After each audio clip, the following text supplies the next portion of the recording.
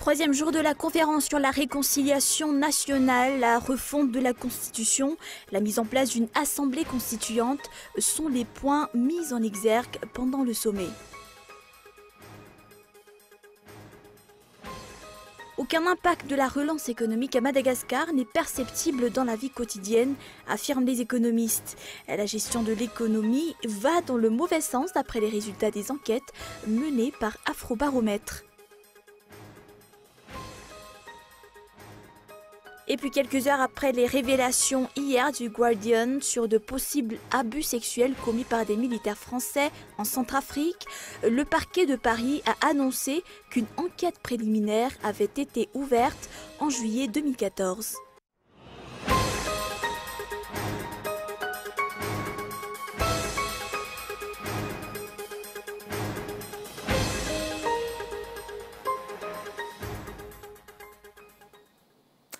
Bonsoir et bienvenue dans ce journal.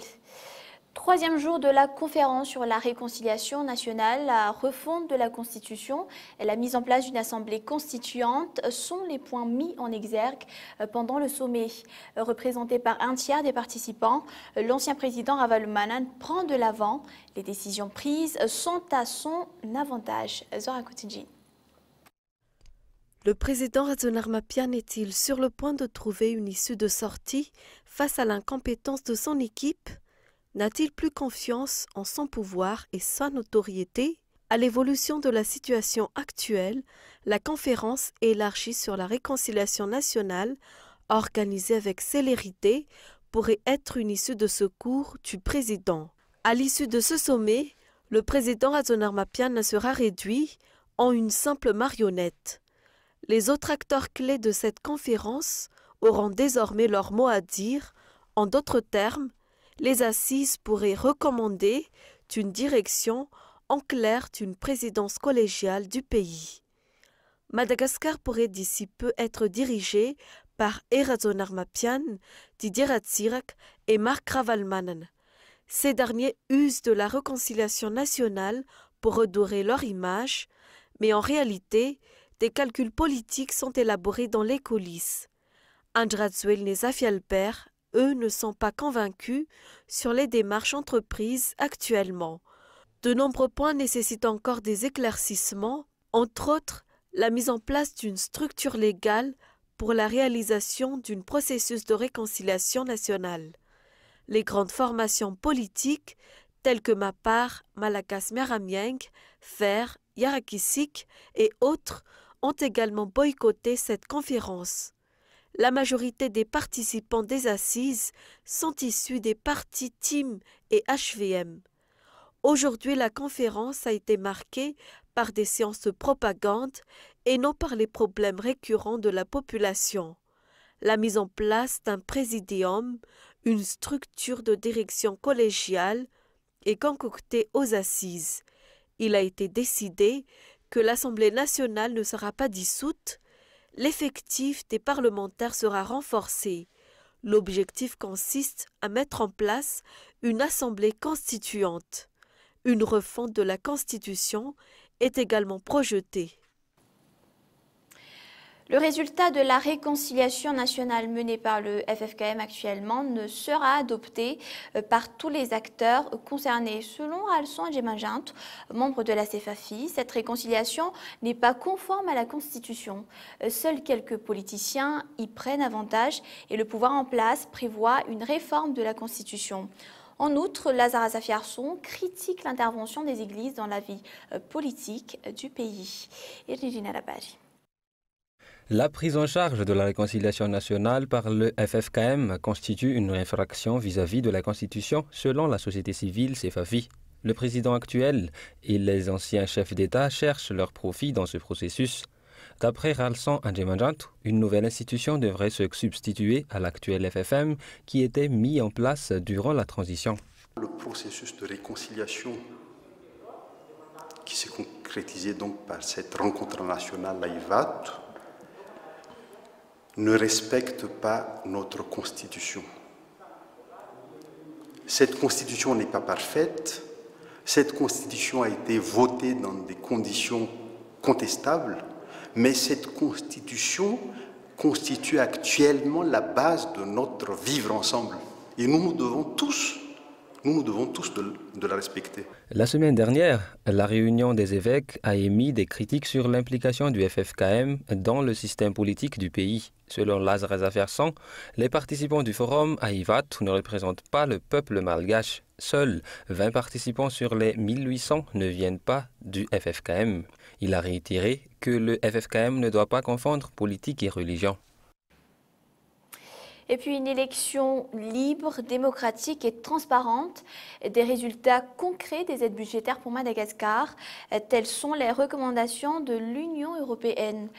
L'Union européenne a également fait des remarques sur quelques points économiques et politiques. Olivier Chignal. L'Union européenne a-t-elle pris la mesure sur les maux de Madagascar? Aujourd'hui, elle a émis des remarques sur la gestion des aides budgétaires.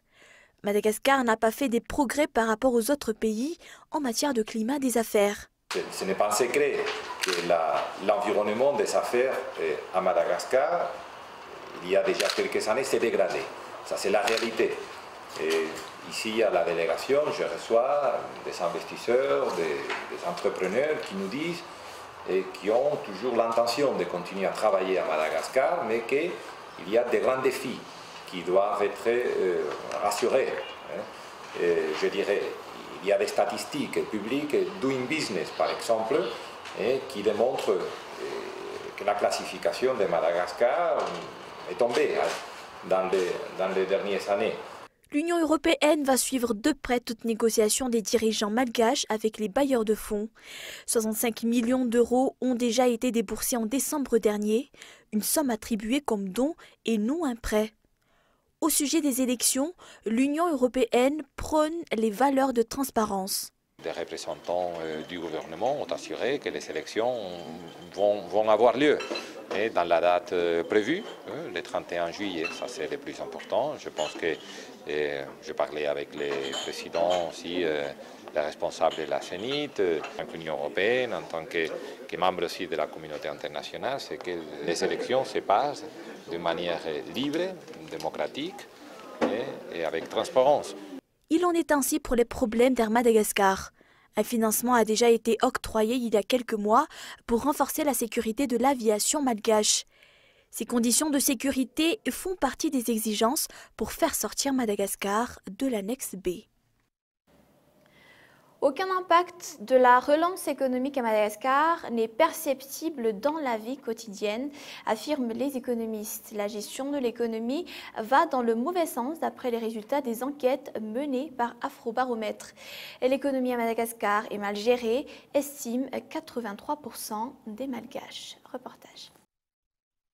D'après les enquêtes menées par Afrobaromètre, les opérations économiques dont l'exploitation des ressources minières n'a pas d'impact sur la vie quotidienne de la population. Un écart flagrant sépare la vie de la population de celle des autorités et des puissants opérateurs économiques à Madagascar. Le niveau de vie, les revenus mensuels, l'assistance sociale semblent ne pas figurer dans les priorités de l'État.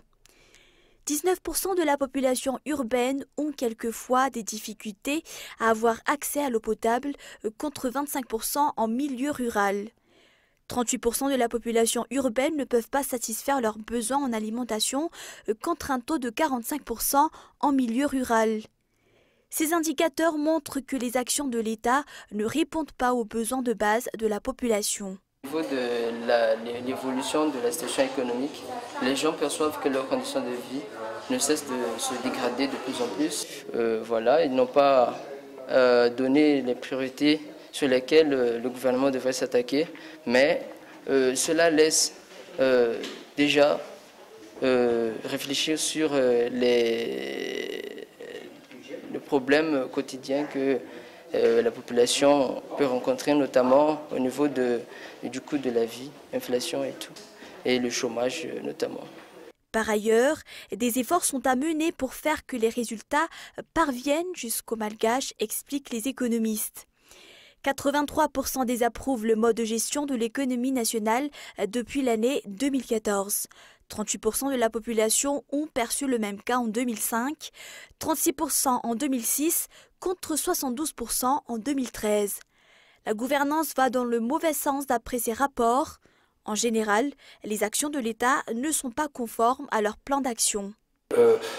Cette histoire de temporalité, de décalage de temporalité dans la perception, va avoir son importance après dans les éventuelles manifestations populaires et ce que nous avons toujours connu un peu à Madagascar. Parce que quelque part, ce décalage entre la perception et le discours va en fait renforcer la frustration, une sorte de mécontentement général et à un moment donné ça explose par rapport à un facteur ou à un autre et ça explique entre autres les crises politiques que nous avons connues, que ce soit 91, 2002, 2009, etc. Où est la bonne gouvernance tant sollicitée ? Qu'est-ce que l'État a fait depuis 2014 ? Jusqu'ici, le niveau de vie de la population malgache ne cesse de se détériorer d'après les statistiques et les enquêtes. Les bailleurs de fonds étrangers, de leur côté, attendent l'effectivité de la transparence et de la bonne gouvernance. Le site d'Indutapenac se vide peu à peu. Il n'abrite plus que les victimes des habitations effondrées et les sans-abri. 116 ménages s'y trouvent actuellement, soit près de 535 personnes. La majorité des occupants étaient prévus émigrer vers Anjanfenbe à Kazube, mais leur transport vers ce nouveau site reste peu certain. Reportage. Les sinistrés des intempéries s'impatientent. Ils attendent ardemment l'octroi d'une terre et la reprise de leurs activités. L'assainissement du site est pour le moment leur source de revenus. Ils perçoivent des vivres, du riz et des haricots secs en contrepartie du balayage du site. Bien que le site se vide peu à peu de ses habitants, la scolarisation des élèves continue encore. Le site d'Indutapenac sera définitivement fermé d'ici 15 jours.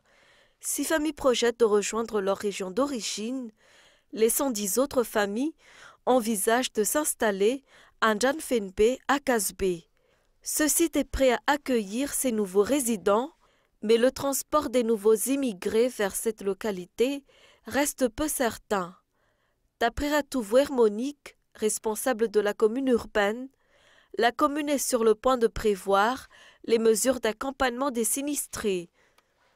Si le site d'Indutapenac accueillait jusqu'à 4000 sinistrés au mois de février, il n'en reste plus que 535. Les aides ont été suspendues depuis 15 jours. Ils tentent ainsi de survivre autant qu'ils peuvent. Et maintenant, place aux actualités internationales. En ce qui concerne les viols présumés en Centrafrique, 14 militaires français seraient concernés par les accusations d'abus sexuels sur mineurs en Centrafrique et certains sont identifiés.